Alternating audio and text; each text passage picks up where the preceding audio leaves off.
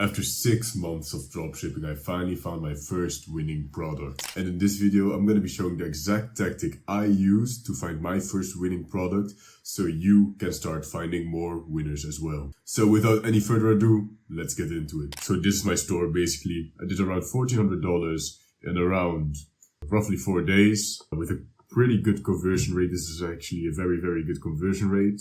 That's basically what the conversion rate was in these last few days, last 7 days. I did launch a campaign prior, but that campaign was a little bit messed up and I got one sale, but I messed up the campaign, so that one doesn't really matter. Anyways, let's go to the ads. So this is basically the ads manager. As you can see, 3 ads are turned off, 2 are on, and that has a reason because these are the only 2 ads in my campaign that performed well. Because what I do is I give all the ads a budget of 20 euros and I have a certain criteria, and within 5 to 10 euros, if the ad doesn't perform, I kill the ad basically, and I'm very, very strict. Within those $10, I want to see a CPC below 1 euros or dollars, doesn't really matter. Just, it needs to be pretty low because a CPC above 1 euros is just, it's not something you want to work with. It's just not good enough. I don't really look at CPMs. They do matter. You want to CPMs to be as low as possible, but I don't look at it for my criteria. My CTR, ideally, it's above 2%. Above 1% is also fine.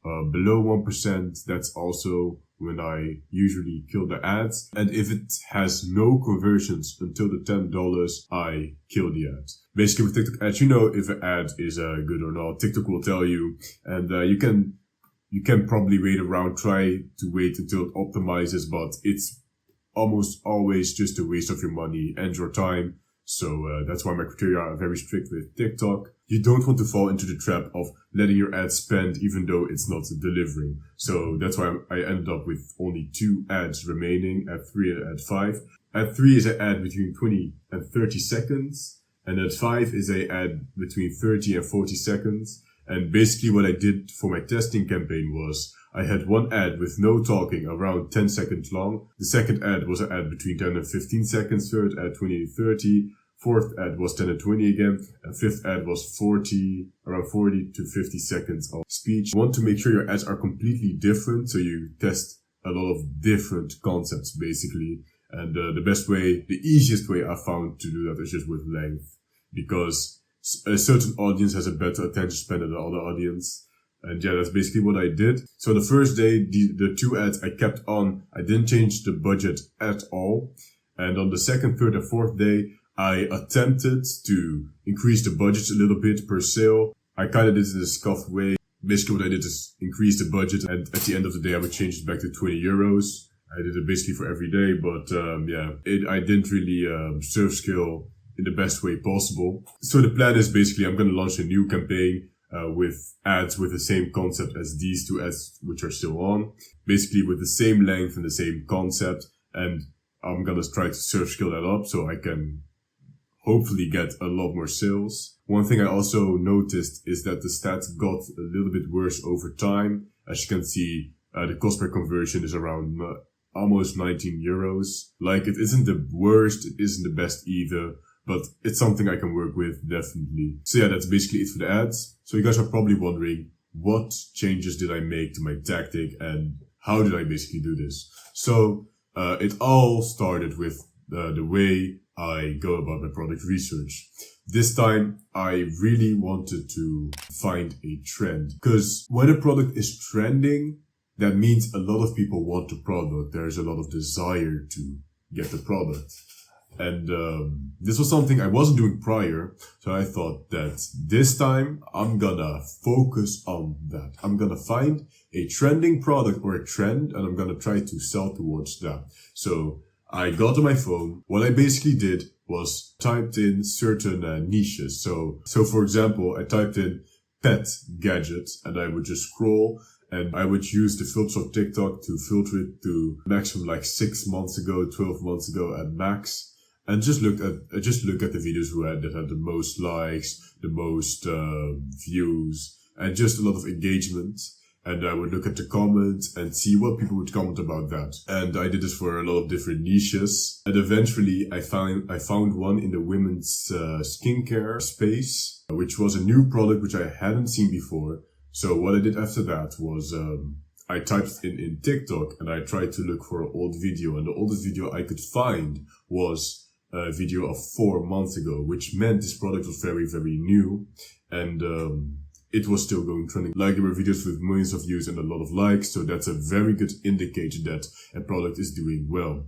I didn't use any spy tools, but what I did was I went to Amazon and I tried to find the product and looked at the reviews of the product, and basically there were just a lot of good things being said about the product, so that's also a very good indicator. Then I tried to find other competitors, which there were almost no competitors, and the ones that I could find were just, the stores just looked terrible.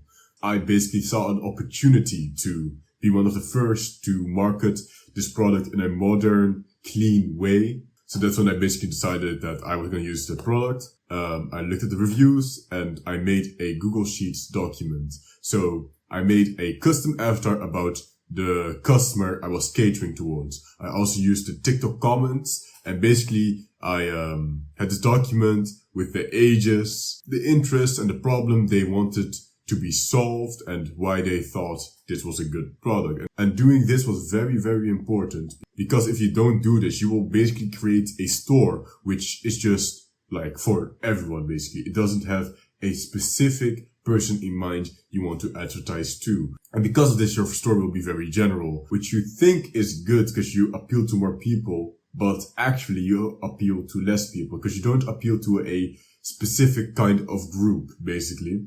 So that's why it is very important to create a custom avatar. And this is something a lot of people don't do, which really, really just hurts the chances of your product succeeding.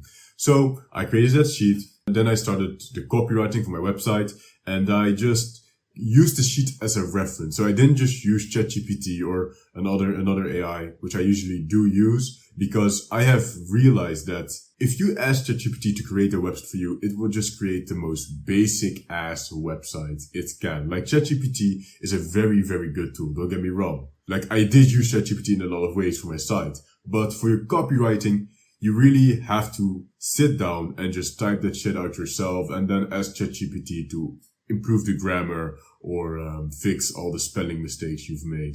Because when it comes to copywriting, it isn't like at the level to appeal to other humans as a normal guy with decent knowledge about the product can. So that's also something you should look out for if you're using ChatGPT to do all your copywriting.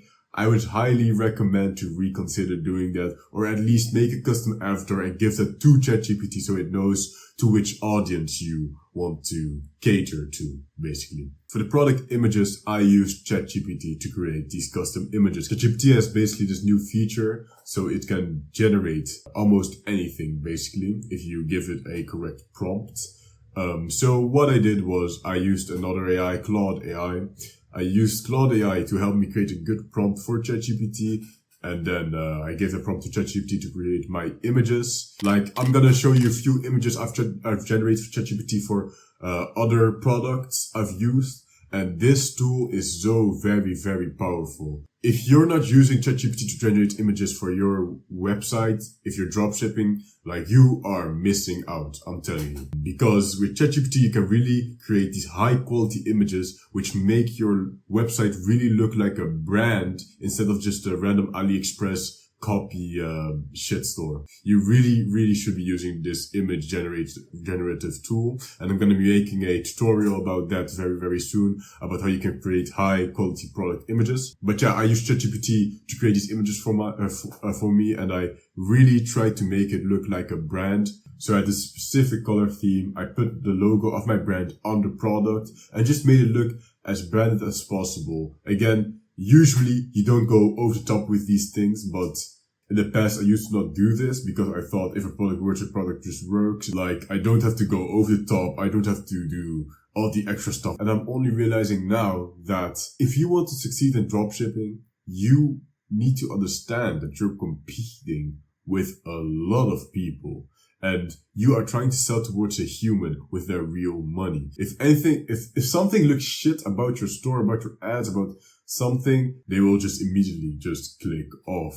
So this time I was gonna make sure I had everything tip top perfect, you know? So I made sure I generated very good images with ChatGPT, and basically my site was now done. I had my site and I made sure it looked like a proper brand. For the ads, usually I like to overcomplicate making the ads, like creating crazy UGC videos and crazy hooks and stuff. But this time I was gonna keep it very simple. I basically just ripped content from TikTok. I had 3 videos and I just cut them to different lengths.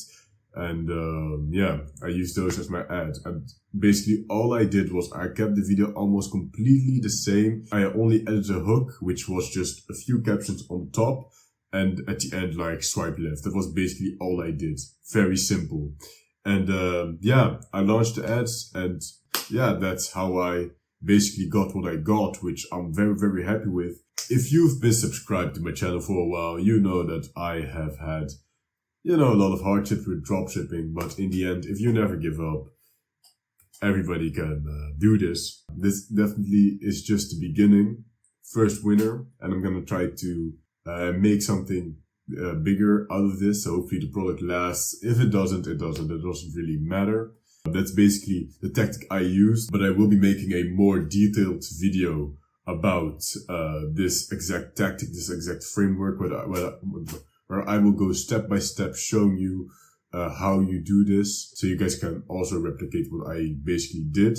At the end of the day, if you just stick to this and you start to understand how everything works, basically, you can find a winner very, very soon, and way earlier than I did, man.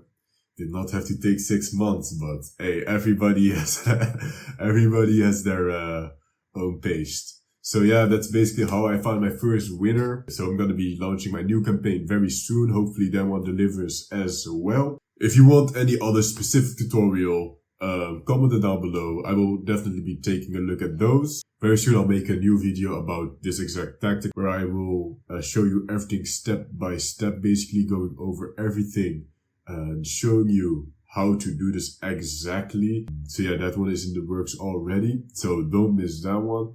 I want to thank you guys for watching. I hope you guys have a nice one. And don't forget, stay strong.